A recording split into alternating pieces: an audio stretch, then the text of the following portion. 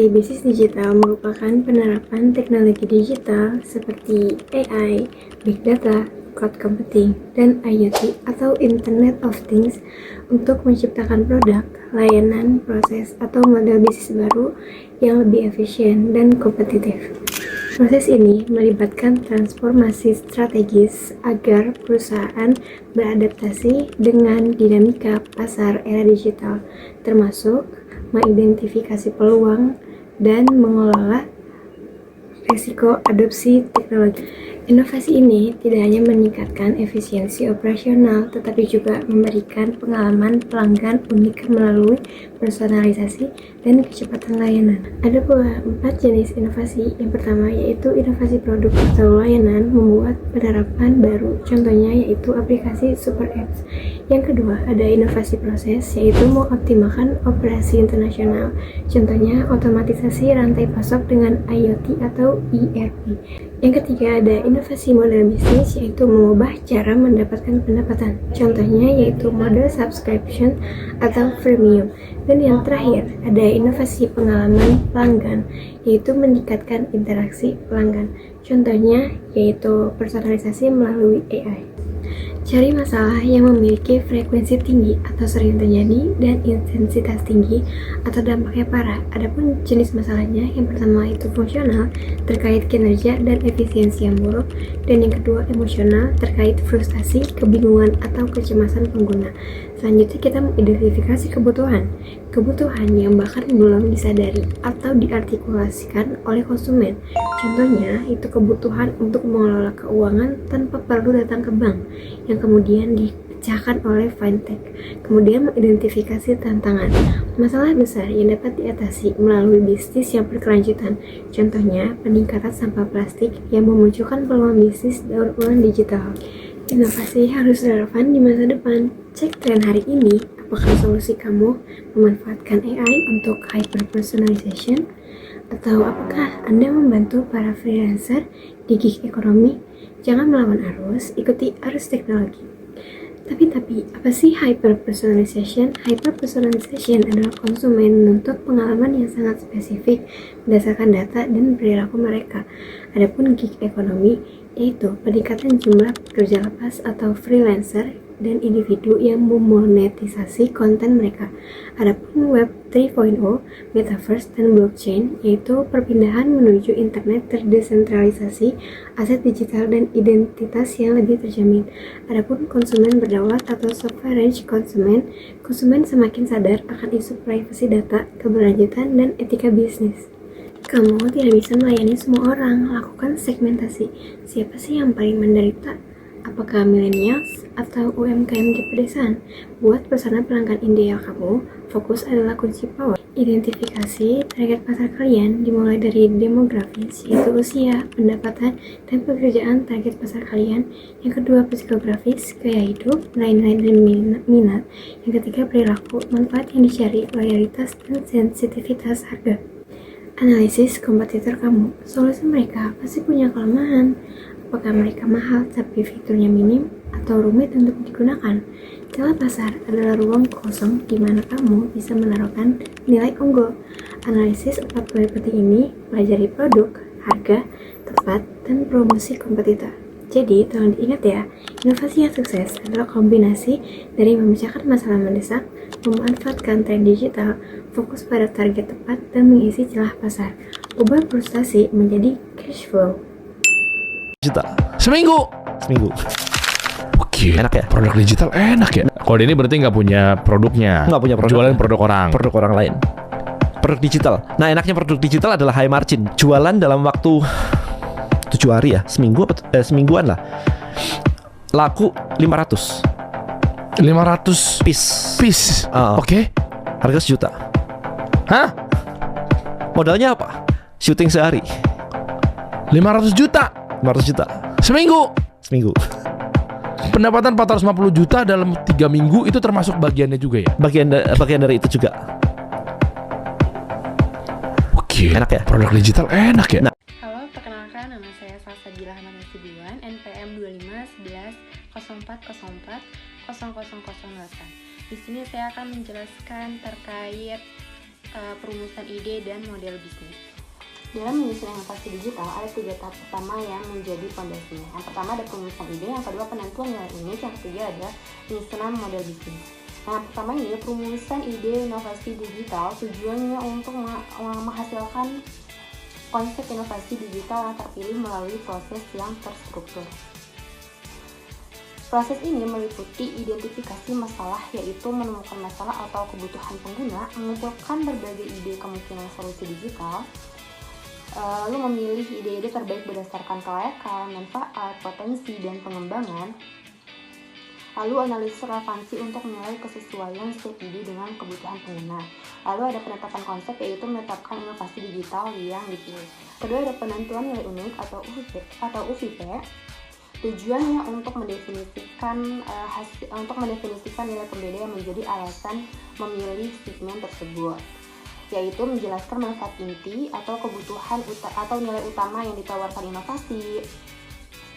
Lalu menentukan keunggulan yang membedakan dari solusi lain, menguraikan alasan pengguna memilih inovasi tersebut, menekankan nilai spesifik yang menjadi keunikan produk atau layanan. Nah, yang ketiga ini ada penyusunan model bisnis, tujuannya untuk membangun kerangka operasional dan komersial yang sustainable. Nah, ada apa aja sih di sini? Yang pertama ada customer segment, yang kedua ada value proposition, yang ketiga ada revenue stream, yang keempat ada key activities, yang kelima ada key partners, dan keenam ada cost structure. Nah, yang pertama ini customer segment, yaitu penentuan kelompok pengguna atau layanan utama, identifikasi kebutuhan, karakteristik, serta alasan memilih segmen tersebut. Nah, yang kedua ini value proposition, yaitu nilai atau manfaat yang diberikan kepada pelanggan, masalah yang diselesaikan, serta kelebihan utama yang menjadi solusi bagi pengguna. Nah, yang ketiga ada revenue stream, identifikasi sumber pendapatan utama dan layanan menghasilkan pendapatan, misalnya langganan, lalu komisi, penjualan, serta aliran pemasukan yang menopang bisnis. Lalu yang keempat ada key activities, yaitu menjelaskan aktivitas utama untuk menjalankan layanan, seperti pengembangan produk, operasional, dan pemasaran. Yang kelima ada key partners, yaitu penentuan pihak atau organisasi mitra utama, serta peran dan kontribusi mereka dalam mendukung bisnis. Yang keenam ada cost structure, yaitu uraian biaya utama yang diperlukan, termasuk pengembangan, operasional, pemasaran, dan teknologi, serta identifikasi kebutuhan serta identifikasi komponen biaya terbesar. Nah, output akhirnya di sini ide inovasi digital berdasarkan hasil brainstorming, unik value proposition yang menggambarkan nilai unik inovasi, dan model bisnis lengkap yang mencakup customer segment, value proposition, revenue stream, key activities, key partners, dan cost structure. Perkenalkan, nama saya Bondan Prakoso Tiratmojo. Di video kali ini saya akan membahas materi ketiga tentang merancang inovasi bisnis digital. Salah satu bagian penting dalam proses pengembangan inovasi digital, yaitu mengenai desain produk, pembuatan prototipe, dan pengembangan minimum viable product atau MVP. Tahap ini adalah inti dari proses mewujudkan sebuah ide menjadi bentuk nyata. Mulai dari bagaimana merancang UI, UX, membuat wireframe, membangun prototipe, hingga mengembangkan MVP yang siap diuji oleh pengguna. Pada tahap pertama, kita fokus pada proses perancangan UI atau user interface dan UX atau user experience. Tahap ini biasanya diawali dengan memahami kebutuhan pengguna melalui observasi atau wawancara. Dari sini kita membuat user journey mapping, yaitu peta perjalanan pengguna ketika menggunakan aplikasi. Mulai dari membuka aplikasi hingga menyelesaikan tugas tertentu seperti memesan layanan atau melakukan transaksi.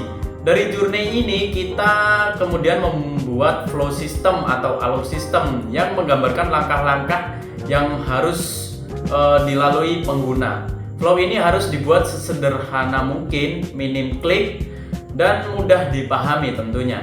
Flow system mencakup hubungan antar halaman seperti dashboard, halaman pencarian, halaman detail produk, proses transaksi, hingga halaman akun pengguna. Flow system inilah yang akan menjadi dasar untuk menentukan tampilan apa saja yang perlu ada pada aplikasi. Bagian kedua, pembuatan wireframe dan mockup.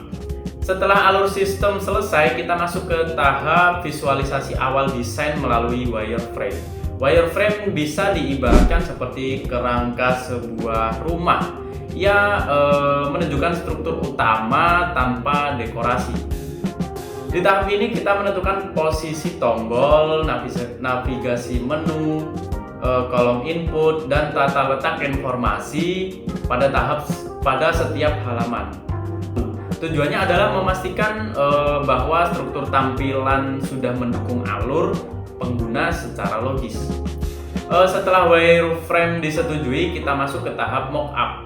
Mockup adalah versi tampilan yang jauh lebih detail dan mendekati bentuk final aplikasi. Mockup sudah memiliki warna sesuai identitas brand, tipografi atau jenis huruf yang jelas dan nyaman dibaca, icon yang intuitif, dan konsistensi desain antar halaman ya.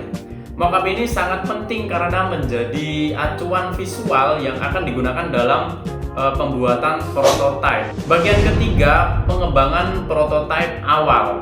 Di tahap ini tombol-tombol pada desain bisa diklik, halaman bisa berpindah, dan pengguna dapat mensimulasikan bagaimana aplikasi bekerja. Walaupun belum memiliki fungsi nyata, prototipe sudah dapat menggambarkan alur kerja pengguna secara lengkap, seperti membuka aplikasi, login, masuk ke dashboard menggunakan fitur inti, hingga melihat halaman untuk konfirmasi. Dari sini kita bisa mengetahui apakah desain sudah mudah digunakan atau masih perlu diperbaiki. Bagian keempat, pembuatan MVP atau Minimum Viable Product. MVP adalah versi awal produk yang sudah memiliki fitur inti tetapi belum memiliki semua fitur lengkap. MVP terdiri dari 3 komponen utama. Komponen pertama yaitu fitur inti. Fitur inti merupakan fitur utama yang menjadi solusi dari kebutuhan pengguna. Contohnya seperti sistem pemesanan, fitur pencarian produk, proses checkout, fitur pembayaran, manajemen akun pengguna, atau fitur AI yang menjadi nilai tambah untuk aplikasi. Komponen kedua adalah fungsi dasar aplikasi. MVP minimal harus mampu melakukan fungsi dasar seperti registrasi dan login, menampilkan dashboard, melakukan satu aksi utama seperti booking atau upload data, dan menampilkan notifikasi atau status proses tersebut. Fitur-fitur ini tidak harus sempurna, tetapi harus stabil dan dapat digunakan dengan lancar. Komponen ketiga adalah bentuk awal produk. Pada tahap ini aplikasi mulai terhubung dengan back-end sederhana seperti database awal, API dasar, sistem autentikasi, dan penyimpanan data minimal. Tampilan MVP mengikuti mockup namun mungkin lebih simpel. Tujuannya bukan menjadi aplikasi sempurna, tetapi memastikan bahwa konsep produk benar-benar dibutuhkan pengguna. Jadi itulah tahapan lengkap dalam proses desain produk, mulai dari perancangan UI UX, pembuatan wireframe, mockup, prototipe awal, hingga pengembangan MVP. Tahapan ini sangat penting karena membantu kita meminimalkan resiko, terus mempercepat validasi pasar, dan memastikan bahwa produk digital yang kita buat benar-benar relevan dengan kebutuhan pengguna. Dengan mengikuti proses ini, kita bisa membangun sebuah produk yang tidak hanya menarik secara visual, tetapi juga fungsional, mudah digunakan, dan memiliki nilai yang jelas bagi penggunanya. Sekian penjelasan dari saya bagian ketiga merancang inovasi bisnis digital. Semoga pendengar dapat melakukan yang terbaik dalam merancang inovasi bisnis digital. Sekian dari saya, terima kasih. Wassalamualaikum warahmatullahi wabarakatuh.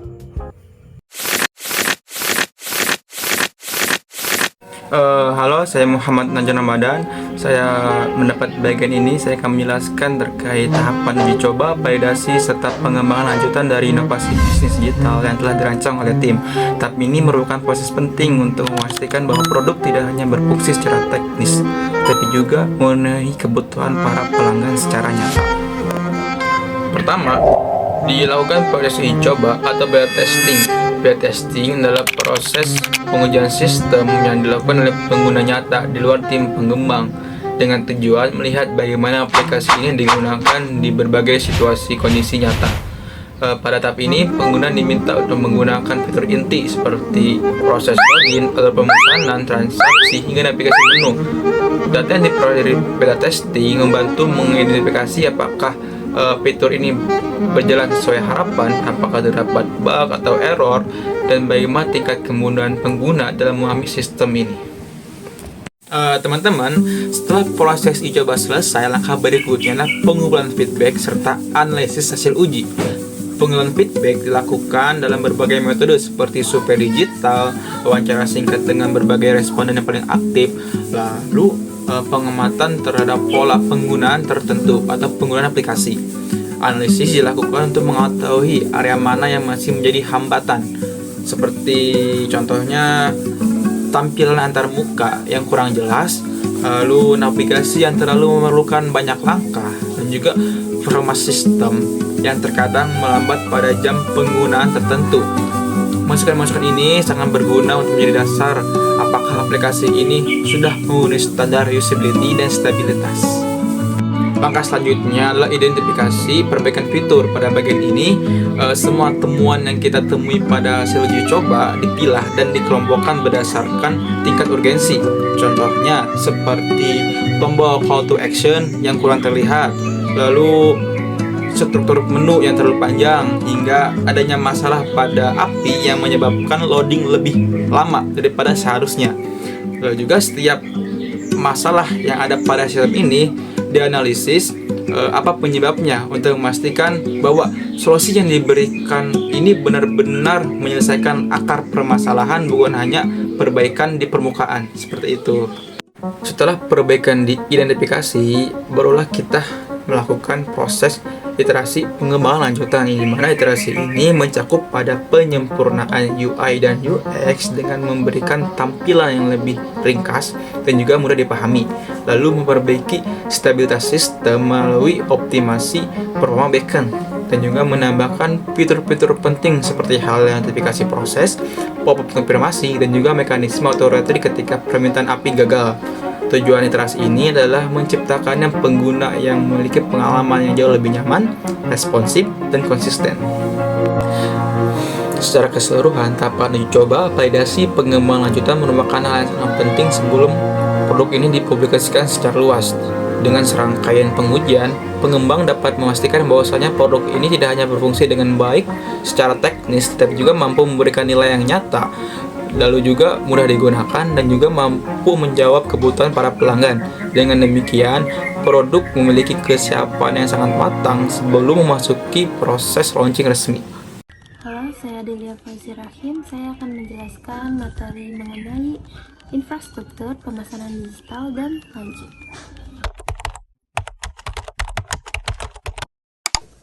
Infrastruktur teknologi merupakan fondasi utama bagi keberhasilan inovasi bisnis digital. Komponen ini memastikan aplikasi atau platform berjalan dengan stabil, aman, dan mampu melayani pengguna. Jenis server yang umum digunakan ada shared hosting, VPS, cold server, dan dedicated server. Selanjutnya ada database. Jenis database di sini ada relation database atau SQL, lalu ada no relation database atau no SQL. Relation database ini cocok untuk data yang terstruktur dan membutuhkan konsistensi. No relation database fleksibel, cocok untuk aplikasi yang datanya tidak harus terstruktur. Selanjutnya ada Application Programming Interface. Di sini ada payment gateway, ada layanan pengiriman, chatbot atau AI, dan integrasi media sosial. Lalu ada keamanan sistem agar data pengguna tidak disalahgunakan atau bocor. Salah satunya ada HTTPS untuk mengekskripsikan komunikasi data. Selanjutnya materi strategi pemasaran digital untuk memperkenalkan inovasi bisnis ke target pasar yang tepat. Pastinya kita bisa menggunakan media sosial untuk berinteraksi dan berkomunikasi kepada pelanggan. Platform yang umum digunakan ada Instagram, TikTok, Facebook, dan Twitter. Strateginya dengan konten rutin, engagement, dan marketplace bawaan. Lalu kita juga bisa menggunakan iklan digital. Jenis iklan digital yang umum digunakan ada Facebook dan Instagram Ads, Google Ads, TikTok Ads, Marketplace Ads. Di sini juga kita bisa menggunakan SEO, konten, dan influencer.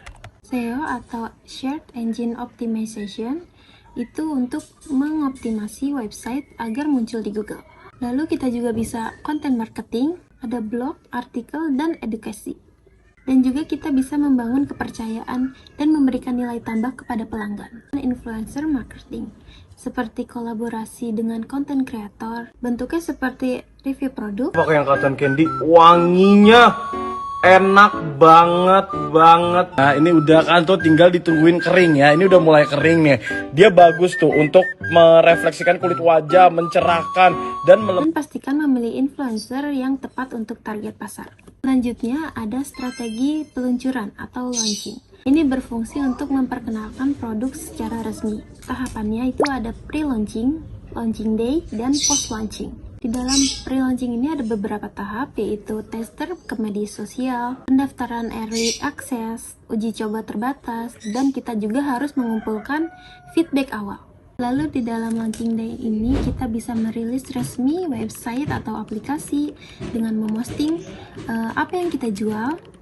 Lalu kita juga bisa memasang promo awal seperti voucher, diskon, dan di post launching kita pastinya harus evaluasi penjualan kita dan kita juga memperbaiki bug yang ditemukan oleh pengguna. Selanjutnya ada rencana skalabilitas dan pengembangan jangka panjang agar bisnis digital mampu tumbuh dan mempunyai jangka panjang yang matang.